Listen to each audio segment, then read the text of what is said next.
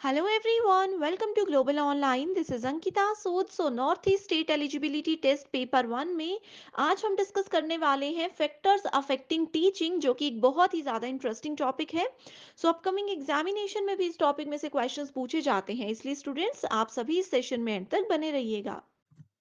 आगे बढ़ने से पहले आपको बता दूं कि इस एग्जाम को क्वालिफाई करने के लिए पेपर वन बहुत ज़्यादा इंपॉर्टेंट होता है एंड इसके लिए कंप्लीट कोर्स भी हमने लॉन्च किया है जो कि एग्जामिनेशन के पैटर्न के हिसाब से ही प्रिपेयर किया गया है।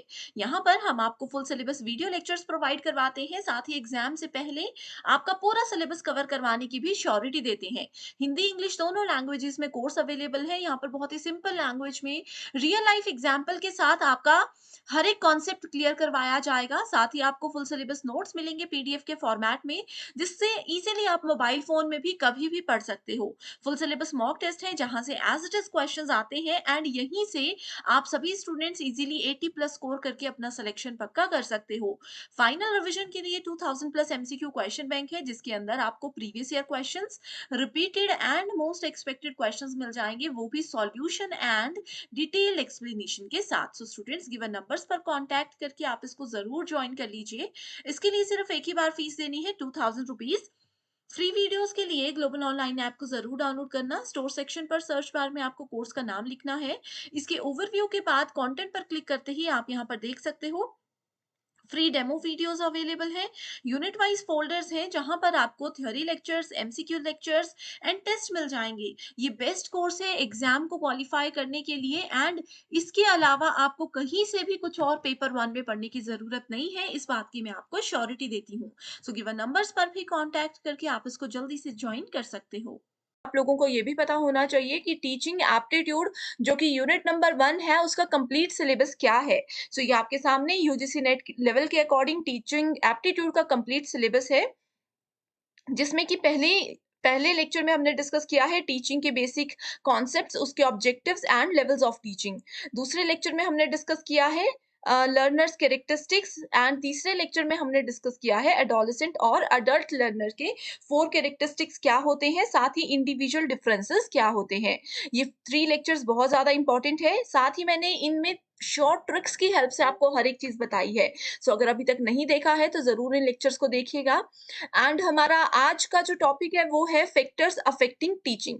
सो वो कौन कौन से फैक्टर्स है जो कि टीचिंग को इफेक्ट करते हैं, एक टीचर के पॉइंट ऑफ व्यू से, एक लर्नर के पॉइंट ऑफ व्यू से और सपोर्ट मटेरियल के पॉइंट ऑफ व्यू से हम आज की इस वीडियो में चीजों को डिस्कस करने वाले हैं। अब बढ़ते हैं अपने टॉपिक की ओर, जिसमें आज हम बात करेंगे शिक्षण को प्रभावित करने वाले कुछ कारक, यानी कि फैक्टर्स अफेक्टिंग टीचिंग। अब देखो, एक टीचर है, एक स्टूडेंट है, या फिर एक क्लासरूम है जहाँ पे मल्टीपल स्टूडेंट्स बैठे हुए हैं, ठीक है। कौन कौन सी वो चीजें हैं जो कि इन टीचर के टीचिंग को इफेक्ट करती है, ठीक है, टीचर के टीचिंग को इफेक्ट करती है। पहला तो वो टीचर के खुद के कुछ फैक्टर्स हो सकते हैं, जैसे कि टीचर को सब्जेक्ट का नॉलेज ही नहीं है, टीचर को पढ़ाने में इंटरेस्ट ही नहीं है, टीचर की हेल्थ इश्यूज चल रहे हैं, कुछ भी हो सकता है। तो ये सारे टीचर के पॉइंट ऑफ व्यू से कुछ फैक्टर्स हो सकते हैं, जिससे कि उनकी बच्चों की पढ़ाई में प्रभाव पड़ रहा है। दूसरा, लर्नर के पॉइंट ऑफ व्यू से अगर हम देखें तो ये हो सकता है कि लर्नर को पढ़ने में इंटरेस्ट ही नहीं है, ठीक है। दूसरा हो सकता है कि लर्नर को टीचर का पढ़ाने का तरीका पसंद नहीं आ रहा, या फिर तीसरा ये हो सकता है कि लर्नर को जिस लैंग्वेज में टीचर पढ़ा रहे हैं, जिस तरह से एग्जाम्पल्स दे करके टीचर पढ़ा रहे हैं, वो पसंद नहीं है। एंड तीसरा फैक्टर हो सकता है एनवायरमेंट रिलेटेड फैक्टर, जैसे कि जिस जगह पे मान लीजिए ये क्लास चल रही है, उधर आसपास बहुत ही ज्यादा शोर है, ठीक है, वहां पे बिल्कुल पीसफुल एनवायरनमेंट नहीं है, या फिर जहाँ पे टीचर ने पढ़ाना है वहां पे उनके पास ब्लैक बोर्ड, व्हाइट बोर्ड, ये सब चीजें हैं ही नहीं। तो इससे क्या होगा, ये सारे वो कारक होते हैं जिसकी वजह से एक टीचिंग प्रोसेस इफेक्ट करता है, स्टूडेंट्स अच्छे से चीजों को नहीं समझ सकते। इस तरह से क्वेश्चंस एग्जाम में आते हैं, कुछ रियल लाइफ एग्जांपल्स आपको बताए जाएंगे एग्जाम में, और आपको बताना है कि ये जो फैक्टर है ये किससे रिलेट करता है, टीचर से, लर्नर से, या फिर एनवायरनमेंट से। तो आगे इस वीडियो में मैं आप लोगों को वन बाय वन इन चीजों को डिटेल में डिस्कस करूंगी। आपको सभी के सभी पॉइंट्स जो है वो नोट करने हैं, एग्जाम में जरूर पूछे जा सकते हैं। तो सबसे पहले हम टीचर के पॉइंट ऑफ व्यू से बात करते हैं, तो पहला फैक्टर हो सकता है educational qualification and subject knowledge, यानी कि शैक्षिक योग्यता और विषय का ज्ञान। अब जैसे कि मैं आप लोगों को यूजीसी नेट पेपर 1 पढ़ा रही हूँ। अगर मान लीजिए मेरी खुद की क्वालिफ़िकेशन 12th है, ठीक है? साथ ही मुझे पेपर 1 में टीचिंग एप्टीट्यूड और इन चीज़ों का नॉलेज बिल्कुल भी नहीं है, तो क्या मैं आपको अच्छे से पढ़ा पाऊँगी? नहीं पढ़ा पाऊँगी। ये तो ऐसा रहेगा कि या तो मैं क्रैमिंग करूँगी या फिर मैं कहीं से कॉपी पेस्ट करके एज़ इट इज़ स्टेटमेंट्स बोलूँगी। तो ये चीज़ें बहुत इफ़ेक्ट करती हैं एक अच्छी टीचिंग प्रोसेस को। दूसरा है अवेयरनेस ऑफ लर्नर फैक्टर्स, यानी कि सीखने वाले कारकों के बारे में जागरूकता। अब यहाँ पे ये चीज बहुत इंपॉर्टेंट है। अब जैसे देखो, इसका एक एग्जांपल बताती हूँ। जैसे अभी हम लोग आपके लिए न्यू बैच लेकर आए हैं, तो हमें पता है कि न्यू बैच जो भी स्टूडेंट्स ज्वाइन करेंगे वो बिल्कुल बेसिक इंट्रोडक्शन से लेकर के प्रीवियस ईयर क्वेश्चंस और एडवांस चीजों तक जाएंगे। तो हम लोग आप लोगों को एक लर्नर के फैक्टर्स को ध्यान में रखते हुए बैच स्टार्ट करते हैं। वहीं दूसरी तरफ जो अभी सितंबर में एग्जाम होना है, तो उन स्टूडेंट्स के लिए हमने 30 डेज कोर्स लाया है। क्यों? क्योंकि हमने आपको ध्यान में रखा कि 30 दिन हमारे पास है, तो डिटेल में हम चीजें नहीं पढ़ा सकते। तो उसमें हम आपको सिर्फ इंपॉर्टेंट चीजें एंड सिर्फ रिवीजन करवाएंगे प्रीवियस ईयर क्वेश्चंस के थ्रू। तो इस तरह से रहता है। तो एक अच्छा टीचर वो होता है जो कि लर्नर के फैक्टर से अवेयर हो, उनको पता हो कि किस तरह से, किस सिचुएशन में एक लर्नर को पढ़ाया जा सकता है। Right? So students, I hope ये जो रियल लाइफ एग्जांपल्स मैं आपको दे रही हूँ, इनकी हेल्प से आप लोग और अच्छे से चीजों को समझ रहे हो और याद रख पाओगे। नेक्स्ट है एक्सपीरियंस ऑफ द टीचर। अब ये चीज ज्यादा मैटर नहीं करती, बस ये रहता है थोड़ा सा कि जो टीचर फर्स्ट टाइम अगर पढ़ा रहे हो तो वो थोड़ा सा कंफ्यूज रहते हैं, थोड़ा सा उनको कॉन्सेप्ट क्लियर करने में, रियल लाइफ एग्जांपल्स प्रेजेंट करने में दिक्कत रहती है। बाकी इसका कोई इशू नहीं होता, नॉलेज चाहे जितना मर्जी हो, बट फिर भी कहीं ना कहीं एक्सपीरियंस काउंट होता ही है। नेक्स्ट है पेरेंटल एक्सपेक्टेशंस, यानी कि माता पिता की अपेक्षाएं। नेक्स्ट है टीचिंग स्किल्स। एक टीचर में टीचिंग स्किल्स होनी चाहिए। अब टीचिंग स्किल्स में यहाँ पे जब हम बात करते हैं, तो सबसे पहले यही बात आती है कि कैसे एक टीचर अपने स्टूडेंट के सामने अपनी बात प्रेजेंट करता है। अपनी बात को प्रेजेंट करने का तरीका इज कॉल्ड टीचिंग स्किल्स। अब जैसे मुझे नॉलेज मान लीजिए बहुत है, मेरी क्वालिफिकेशन भी ठीक है, यूजीसी नेट पढ़ा सकती हूँ मैं, लेकिन मेरी टीचिंग स्किल्स नहीं है, मुझे नहीं आ रहा कि मैं कैसे अपनी बात बच्चों के सामने रखूं, कैसे रियल लाइफ एग्जांपल्स जनरेट करूं। तो ये फैक्टर बहुत इंपॉर्टेंट होता है जो कि एक टीचिंग को खराब कर सकता है। मेथड्स ऑफ टीचिंग में बहुत से मेथड्स होते हैं। तो यहाँ पे ऐसा नहीं होता कि एक टीचर को हमेशा जिंदगी भर एक ही मेथड यूज करके स्टूडेंट्स तक नॉलेज अपना शेयर करना है। ठीक है? वो डिपेंड करता है स्टूडेंट पे, वो डिपेंड करता है लर्नर पे कि वो किस मेथड से सीखना चाहते हैं। अब जैसे मैं आप लोगों को ऑनलाइन पढ़ा रही हूँ, ठीक है? तो हो सकता है कि ये मेथड आपको पसंद ना आ रहा हो। आप में से बहुत से बच्चे ऐसे होंगे जो कि ऑफलाइन लर्निंग पसंद करते होंगे, ठीक है? ये हो सकता है कि बहुत से स्टूडेंट्स ऐसे होंगे जो कि थ्योरी और डिटेल में पढ़ना पसंद नहीं करते। वो लोग सिर्फ प्रीवियस ईयर क्वेश्चंस या फिर अगर हम बोले तो एमसीक्यूज़ की हेल्प से पढ़ना पसंद करते हैं। तो ये हो सकते हैं मेथड्स ऑफ टीचिंग। तो एक टीचर को समय-समय पे अपने टीचिंग मेथड्स को, अपने टीचिंग स्टाइल्स को चेंज करना चाहिए, ताकि उस बैच में, उस क्लासरूम में जितने भी स्टूडेंट्स हैं, किसी को भी प्रॉब्लम ना हो, सब अपने लेवल पे चीज़ को पसंद कर सकें। नेक्स्ट है फ्रेंडलीनेस एंड अप्रोचेबिलिटी, कि बच्चों के साथ एक फ्रेंडलीनेस होनी चाहिए, कि अच्छे से, अगर ये स्पेशली ऑफलाइन बैचेस में काम करता है, कि हम एक दोस्त की तरह आपको पढ़ाएं एंड हमारी अप्रोच भी आप पे होनी चाहिए। ऐसा नहीं है कि दोस्ती दोस्ती में ही हम रिस्पेक्ट अपनी खो बैठे, या फिर हम जो पढ़ाना चाहते हैं, जिस काम के लिए हम यहाँ पे आए हैं, वो हम पूरा ना करें। तो फ्रेंडलीनेस के साथ साथ अप्रोचेबिलिटी, यानी कि पहुंच होना भी बहुत जरूरी है, कि हम कैसे स्टूडेंट्स के साथ दोस्ती भी रखें, उनको थोड़ा डरा के भी रखें, उनको ये चीज़ पे भी रखें कि यस, हम टीचर ही हैं और जो हम कहेंगे वो आपको करना ही पड़ेगा। नेक्स्ट है पर्सनैलिटी एंड बिहेवियर। सो एक टीचर का पर्सनैलिटी, उनका बिहेवियर, उनका बात करने का तरीका, उनकी अपनी बात को प्रेज़ेंट करने का तरीका, ये भी बहुत इम्पोर्टेंट होता है। अब आप बोलोगे कि हमें तो पढ़ने से मतलब है, टीचर के पर्सनल बिहेवियर और इन चीज़ों से हमें क्या मतलब? तो देखो, अब अगर एक कोई टीचर आपके सामने आ जाए, वो बहुत ही सुस्ती में है, वो बहुत ही स्लो मोशन में पढ़ा रहे हैं कि नहीं मेरा मन नहीं है, मेरी तबीयत ठीक नहीं है, मैं नहीं पढ़ाना चाहती, ज़बरदस्ती लाया है, तो स्टूडेंट्स भी एक्टिव नहीं रह पाएँगे। वहीं अगर एक टीचर बहुत ही ज़्यादा एक्टिव है, तो उसका इंटरेस्ट और उसका जो एक स्ट्रेंथ है, वो देख करके स्टूडेंट्स या लर्नर्स भी खुद एक्टिवेट हो जाते हैं कि नहीं, हमें भी पढ़ना है। एंड बिहेवियर यहाँ पे क्यों इंपॉर्टेंट है, मान लीजिए एक टीचर है जो कि बहुत ही एक शांत बिहेवियर के लोग होते हैं ना, कि हाँ, आराम से पढ़ाएंगे, आप मुझसे जितनी बार मर्जी बार क्वेश्चंस पूछो, हम आपको आंसर देंगे, इस तरह से कूल एंड काम बिहेवियर वाले जो टीचर्स होते हैं वो बहुत अच्छे रहते हैं स्टूडेंट्स के लिए। वहीं अगर कोई टीचर है जिसको एकदम से गुस्सा आ जाएगा कि अभी तो मैंने आपको ये टॉपिक करवाया, आप फिर पूछ रहे हो, फिर मुझे रिपीट करने को बोल रहे हो, तो ये बिहेवियर अच्छा नहीं होता। तो इसीलिए एक टीचर की पर्सनैलिटी और उनका बिहेवियर अच्छा होना, स्मूथ होना बहुत ज़रूरी है। ठीक है? नेक्स्ट है डिसिप्लिन। यस, अगर पता है हमारी 6 बजे क्लास है तो एज़ इट इज़ आपको 6 बजे हमारी वीडियो मिलनी ही चाहिए। ऐसा नहीं है कि 6 बजे स्टूडेंट्स वेट कर रहे हैं, मेरी वीडियो 7 बजे, 8 बजे मैं अपलोड कर रही हूँ। ऐसा नहीं होना चाहिए, डिसिप्लिन ज़रूरी है। अगर आप लोग भी जब बाद में टीचर बनोगे, टीचिंग में जाओगे, तो आप लोगों को भी ये सारी चीज़ें ध्यान में रखनी है अगर आप एक अच्छा टीचर बनना चाहते हो। नेक्स्ट है इकोनॉमिक फैक्टर्स, कि आर्थिक कारक क्या हो सकते हैं एक टीचर के, वो भी इम्पोर्टेंट होता है। अब स्टूडेंट्स यहाँ पे देखो, आपके सामने कुछ पॉइंट्स जो मैंने डिस्कस किए, ये पॉइंट्स टोटल, सॉरी, ये 10 पॉइंट्स हैं।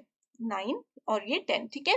टोटल 10 पॉइंट्स हैं। अब आपको क्या करना है, पहले तो ये पॉइंट्स याद रखने हैं। दूसरा, इसके साथ जो मैंने आपको रियल लाइफ एग्जाम्पल के थ्रू चीजें बताई हैं, आपको उनको भी याद रखना है।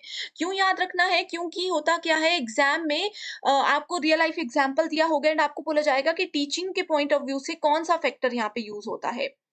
नेक्स्ट है लर्नर की अगर बात करें, सो लर्नर यानी कि एक स्टूडेंट का मैच्योरिटी, उसकी एज, मोटिवेशन, प्रीवियस लर्निंग यानी कि पहले से उस टॉपिक के बारे में कितना नॉलेज है वो इम्पोर्टेंट होता है, कितना इंटेलिजेंट है स्टूडेंट, उनका मेंटल हेल्थ, अगर मतलब कई भी लोग बच्चे बीमार रहते हैं तो वो नई चीजें समझ सकते, किसी की मेंटल हेल्थ ठीक है तो वो जल्दी से चीजें समझेगा।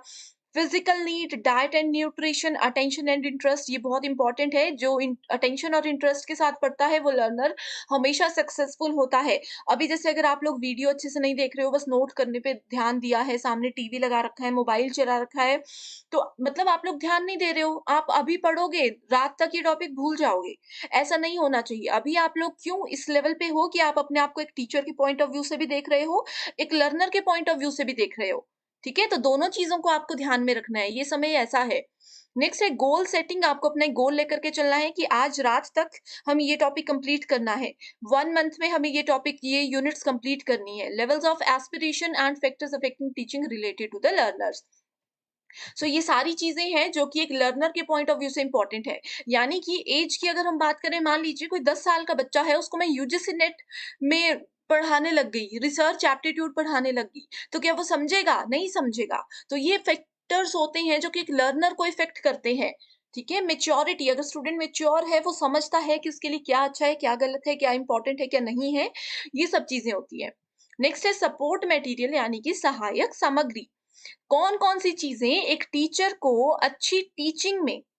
एक अच्छी टीचिंग में हेल्प करती है ताकि वो अपनी बात स्टूडेंट्स तक पहुँचा सके, उसको बोला जाता है सहायक सामग्री। जैसे कि अभी मैं आपको पढ़ा रही हूँ, तो मेरा लैपटॉप एक सहायक सामग्री है, मेरा पेन टैब एक सहायक सामग्री है, इंटरनेट एक सहायक सामग्री है, और हम बोल सकते हैं कि जो भी सॉफ्टवेयर्स मैं यूज़ करती हूँ, ठीक है? जैसे ऑडियो है, यहाँ पे वीडियोज़ चलो हम यूज़ नहीं कर रहे, online tutorial, open journals, online test, ये सारे टीचिंग एड्स हैं, इसको हम सपोर्ट मटेरियल बोलते हैं। It increases the effectiveness of teaching learning process and makes achievement of learning easier। ठीक है? सो ये चीज़ें बहुत हेल्प करती हैं। अगर मेरे पास ये सब नहीं होता, मान लीजिए मेरे पास लैपटॉप है बट मेरे पास इंटरनेट नहीं है, तो क्या ये सपोर्ट मटेरियल किसी काम का था? नहीं था। ठीक है? सो एक सपोर्ट मटेरियल दूसरे पे हमेशा डिपेंडेंट होता है। नेक्स्ट बात करते हैं टीचर स्टूडेंट रिलेशनशिप की। यहाँ से भी एक क्वेश्चन एग्जाम में पूछा जाता है कि कैसा रिलेशन होना चाहिए। गुड सपोर्ट, दोनों को एक दूसरे को सपोर्ट करना है। टीचर एक स्टूडेंट को सपोर्ट करे कि हाँ, आज आप होमवर्क नहीं कर पा रहे हो, आपको कौन सी चीज समझ नहीं आ रही, मैं 1 2 3 हर बार आपको समझाऊंगी। स्टूडेंट को ये सपोर्ट करना चाहिए कि कई बार टीचर कुछ चीज मिस कर जाते हैं या कुछ भी गलत हो जाता है, पढ़ाते पढ़ाते कुछ मिसअंडरस्टैंडिंग हो जाती है, तो वहां पे स्टूडेंट को एकदम से हल्ला नहीं कर देना चाहिए, उनको पेशेंस के साथ सपोर्ट करना चाहिए। नेक्स्ट है authority as a non parental adult. So parent non parental adult की अथॉरिटी होती है एक टीचर के पास, तो उस चीज को भी ध्यान में रखना चाहिए। Self discovery to adjust in social environment. So इनका ये होना चाहिए कि हमें सामाजिक वातावरण में एक दूसरे का सहयोग करके दोनों को वहां पे अच्छे से रहना है। स्कूल में भी यही होता है ना, टीचर स्टूडेंट अगर अच्छे से रहेंगे तो ही अच्छी टीचिंग, अच्छी लर्निंग हो पाएगी। आपस में वो लड़ते-झगड़ते रहेंगे कि आज टीचर ने कंप्लेंट कर दी, आज बच्चों ने कंप्लेंट कर दी, तो वो पूरा एनवायरनमेंट जो है खराब रहता है। उसमें सबसे ज़्यादा इफ़ेक्ट पड़ता है टीचिंग लर्निंग में। Positive relationship works well in developing students. ठीक है, हिंदी में आप देख सकते हो, सिंपल लैंग्वेजेस में है, develops a proper learning structure for positive outcomes. ठीक है, प्रॉपर लर्निंग स्ट्रक्चर होना चाहिए, जैसे हमने बना रखा है कि हमें एक यूनिट आपको कम से कम 15 लेक्चर्स में कंप्लीट करवानी है, उसके बाद फिर हम previous year questions and MCQs पे जाएंगे। तो ये एक लर्निंग स्ट्रक्चर हमने बना रखा है कि किस तरह से हम नेक्स्ट एग्जाम तक आपकी पेपर वन की 10 यूनिट्स कवर करवाएंगे। तो ये बहुत इंपॉर्टेंट होता है अगर आपका एक पॉजिटिव आउटकम आपको दिखाना है। ये क्वेश्चन एग्जाम में आ सकता है, जैसे कि 5 स्टेटमेंट्स है, मान लीजिए ये as it is statements exam में आ गई। आपको बताना है कि टीचर स्टूडेंट रिलेशनशिप के पॉइंट ऑफ व्यू से कौन कौन से स्टेटमेंट्स ट्रू है, कौन कौन सी स्टेटमेंट्स फॉल्स हैं। Right. So I hope students यहाँ तक जो भी चीजें हैं ये आप अच्छे से समझ चुके हो। अब आती है इंस्टीट्यूशनल फैसिलिटीज, जैसे कि इंस्टीट्यूशन में आपको classroom, labs, audio video presentation room, seminar, library, ठीक है, ये सब चीजें अगर प्रोवाइड करवाई जाती है तो टीचिंग और बेहतरीन होती है। नहीं है, अगर बोलते हैं खुले में क्लास लगाओ, तो वहाँ पे तो गाड़ियों का शोर, इसका शोर, वो नहीं हो सकता। तो ये चीज़ें हैं, आपने इनको बस याद रखना है। टीचर एडमिनिस्ट्रेशन रिलेशनशिप, यानी कि शिक्षक और प्रशासन का संबंध कैसा होना चाहिए? उसमें प्रोफेशनलिज्म पे ध्यान दिया जाता है कि एक टीचर प्रोफेशनल होना चाहिए, चाहे फिर एडमिनिस्ट्रेशन में उसके खुद के फैमिली से कोई हो, तो वो अगर जितना प्रोफेशनल रहेगा, उतने अच्छे से टीचिंग हो सकती है, उतने एक्टिव और उतने हर चीज़ अच्छे से हो सकती है, ठीक है? Thereby affecting the teaching learning process to achieve goals of education and ensure optimal functioning, better cordial relation between teacher and administration is must। तो अच्छी एजुकेशन, अच्छे अपने गोल्स को पूरा करने के लिए ये रिलेशनशिप बहुत ही ज़्यादा इम्पोर्टेंट होता है।